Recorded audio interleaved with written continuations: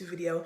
Today I'm going to be talking about a couple of seizures that I remember having. I'm talking about my first seizure, the one I had in school, and another one I had in my culinary class. It was still in school. But okay, so we're going to talk about my first ever seizure.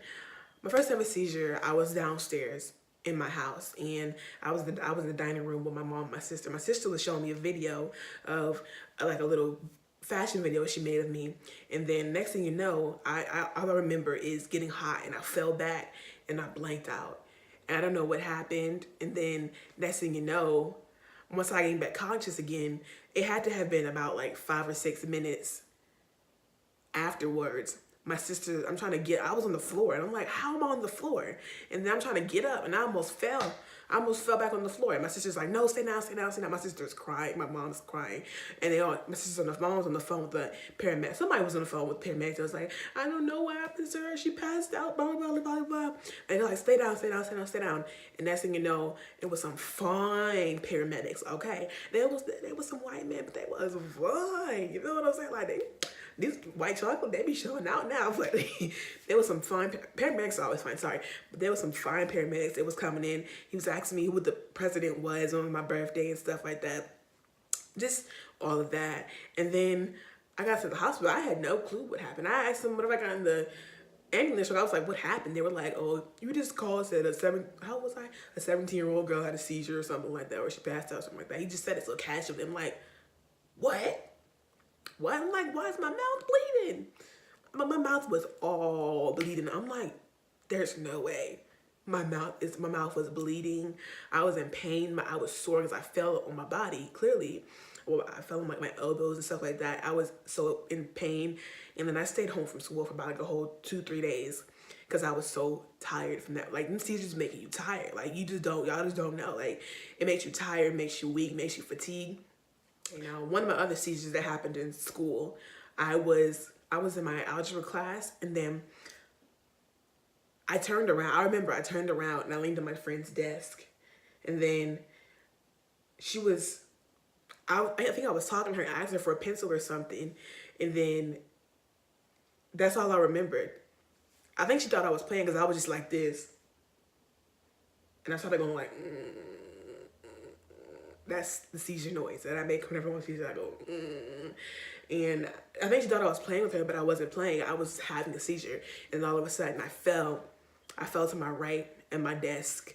I bust my head. Okay, I had a knot on my head, and then I woke up.